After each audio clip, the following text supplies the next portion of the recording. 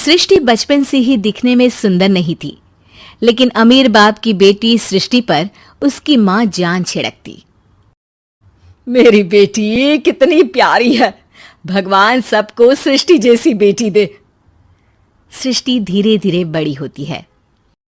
एक दिन सृष्टि की सहेली कहती है, तू दिखने में कितनी अजीब सी है, लेकिन मैं जानती हूँ हम सब में सबसे अच्छी शादी तो तेरी ही होगी। तेरे पापा अमीर जो हैं।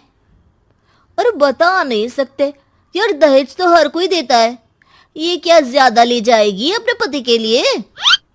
अरे बड़े शहर में कोठी है इसके पापा की। अरे पापा की है ना, कौन सी इसकी है? इसकी होती तब तो कोई भी लड़का इससे शादी कर लेता। अरे पापा की मतलब पापा की है तो मेरी ही है ना? किसने कहा? अब तेरी तो तब होगी ना जब तेरा भाई ना हो। वैसे भी शादी के बाद सारी प्रॉपर्टी भाई के नाम होती है। सृष्टि समझ जाती है कि उसे किसी भी हालत में माँ बाप की सारी प्रॉपर्टी को अपने नाम करना है, लेकिन कैसे? एक दिन सृष्टि का भाई शीनू कहता है, बहन क्या कर रही है? तुझसे एक बात करनी है। अरे हाँ हाँ करना, मैं तो तेरी बहन हूँ। बहन मेरी लाइफ में ना एक लड़की है, बहुत अच्छी है। मैं सोच रहा हूँ माँ और पापा से बात करूँ शादी के लिए। सृष्टि को समझ में आ जाता है कि भाई की शादी होते ही भाभी उसे एक दिन भी घर में बर्दाश्त नहीं करेगी। क्या बात है भाई, बताना कौन है वो? यार वो बहुत अच्छी लड़की है, पढ़ी लिखी है, मेरे साथ जॉब भी करती है। बस एक प्रॉब्लम है। प्रॉब्लम? क्या प्रॉब्लम है भाई? यार वो शादीशुदा है, लेकिन उसके पति ने उसे सिर्फ इसलिए छोड़ दिया क्योंकि उसके माँ बाप दहेज नहीं दे पाए। सृष्टि ये सुनकर न जाने क्यों खुश हो जाती है। अरे भाई तो क्या हुआ, लड़की तुझे तो पसंद है ना? शीनू को लगता है कि बहन उसे समझ रही है। वो इस बात से अनजान होता है कि उसकी बहन की मंशा पूरा घर हड़पने की है। सृष्टि अपनी माँ से कहती है, मम्मी मुझे तो बहुत चिंता है। पता है शीनू क्या कर रहा है? अरे क्या कर रहा है? वो तो काम पर जाता है और वापस घर आता है। नहीं ना माँ, वो यही तो नहीं कर रहा, बाकी सब कर रहा है। आपको पता है उससे प्यार है, और वो भी एक शादीशुदा लड़की से। ये क्या हो गया? मैं सोसाइटी में क्या मुंह दिखाऊंगी? अरे तेरे पापा तो यही कहेंगे कि मैंने ही उसे बिगाड़ दिया है। माँ देखो, मेरी बात मानो, पापा पर भी विश्वास करने की जरूरत नहीं है। अब आप ही बताओ, पापा इतनी देर घर के बाहर रहते हैं क्यों? बोलो। अरे बेटा वो तो नौकरी करते हैं ना।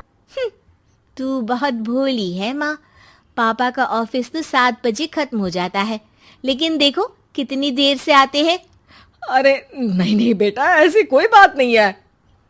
सृष्टि माँ को एक औरत से बात करते पिता की फोटो दिखाती है। देखो माँ कैसे हैं पापा, मैं ना कहती थी कि पापा सही नहीं है।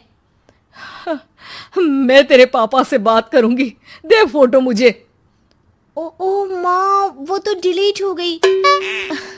लेकिन चल, तूने तो देख लिया ना, पापा से बाद में बात कर लेना। और हाँ, मेरा नाम बिल्कुल मत लेना। हाँ माँ।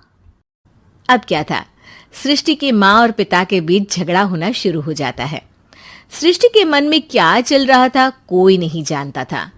एक दिन, माँ सृष्टि के लिए एक लड़का देखा है, वो लोग शाम को उसे देखने आने वाले हैं। और हाँ माँ, एक खुशखबरी, मैं और पापा मिलकर एक नया बिजनेस ट्राई कर रहे हैं। शाम को लड़का आता है, सांवले रंग का। सृष्टि को तो बिल्कुल भी पसंद नहीं आता। लड़की की माँ कहती है, लड़की का चेहरा तो कोई खास नहीं, लेकिन अगर मेरे बेटे को आप लोग सेटल कर दें तो मैं उसकी शादी आपकी बेटी से करवा दूं। सृष्टि को लड़का बिल्कुल पसंद नहीं था। उसे भाई पर गुस्सा आ जाता है। लड़के वालों के जाने के बाद कहती है, माँ देखा शीनू मेरे लिए कैसा लड़का लेकर आया, न दिखाने लायक न सुनने लायक, सेटल भी नहीं, वो भी हम करे। अरे माँ, मैं जानती हूँ ये मेरी शादी किसी भी घर में क्यों करवाना चाहता है। अरे कैसी बात कर रही है बहन, तूने तो देखा ना, लड़के को मैंने ही मना कर दिया तुझसे शादी के लिए। जिसने लड़का बताया था उसने उसकी बहुत तारीफ की थी। बात आई गई हो जाती है, लेकिन सृष्टि का मन शांत नहीं होता। क्या करूं, कुछ समझ में नहीं आ रहा। मेरी शादी हो गई तो ये लोग पूरी प्रॉपर्टी शीनू के नाम कर देंगे, मेरे हाथ तो कुछ लगेगा ही नहीं। तभी सृष्टि को आइडिया आता है। वो किसी वकील को फोन करती है। जी देखिए, अगर आपके मम्मी पापा का तलाक हो जाता है तो आपके पिता की आधी प्रॉपर्टी आपकी माँ के नाम हो जाएगी, फिर उसे वो किसी को भी दे सकती है। सृष्टि अब माँ को बेटे के खिलाफ भरती है। माँ, शीनू पर नजर रखा करो, वो जिस लड़की के प्यार में है ना वो शादीशुदा है।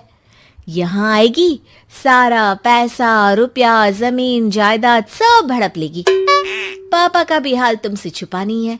ऐसा ना हो कि मैं और आप एक दिन सड़क पर भीख मांगे। हे भगवान, मैं तो जीते जी मर जाऊंगी अगर ऐसा हो गया तो। ऐसा हो गया नहीं माँ, ऐसा ही होगा। अभी समय है, आगे का सोच लो। मैं तो कहती हूँ पापा से आधी प्रॉपर्टी लेकर अलग हो जाओ। पापा की आधी प्रॉपर्टी भी हम लोगों को अगर मिल जाती है ना तो अगले 7 जन्म सफल समझो। बेचारी माँ बेटी के कहने पर पति से तलाक लेकर अलग हो जाती है। सृष्टि अब पैसों से गाड़ी और अपने दूसरे महंगे शौक पूरे करने लगी। उसके दोस्त भी उसके पैसे इस्तेमाल करते। सृष्टि, कल तुम कहाँ थी? मैं सारा दिन घर पर अकेली थी। तो मैं क्या करूं? मैंने ठेका तो नहीं लिया है ना तुम्हें संभालने का। माँ को सृष्टि से ये उम्मीद नहीं थी। वो बैठकर रोने लगती है। वहीं उसका पति यानी कि सृष्टि के पिता आ जाते हैं। मैं जानता था कि तुम्हारा यही हाल होगा, तो आपने मुझे रोका क्यों नहीं? मैं रोकता तो तुम रुकती क्या? सृष्टि के कहने पर तुमने मुझ पर अपने बेटे पर शक किया, लेकिन तुम ये भूल गई कि कैसे हम दोनों ने मिलकर जीवन में इतना सब खड़ा किया। माँ पति के गले लग जाती है। मुझे माफ कर दीजिए, मैंने आपकी कमाई का एक बड़ा हिस्सा गवा दिया। कोई बात नहीं, तुम साथ हो तो मैं ऐसी 7 प्रॉपर्टी खड़ी कर दूंगा। तभी वहां सृष्टि आ जाती है रोते हुए। माँ, मयंक ने मुझे छोड़ दिया। वो बोल रहा था जब तक मेरे पास पैसे थे तब तक ही वो मेरे साथ था। पापा, माँ, मुझे माफ कर दीजिए।